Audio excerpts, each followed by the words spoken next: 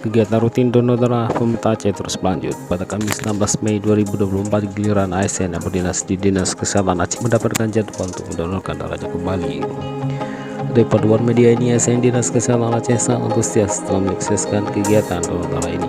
Semua darah disumbangkan ini bisa membantu bagi mereka yang saat ini sangat membutuhkan.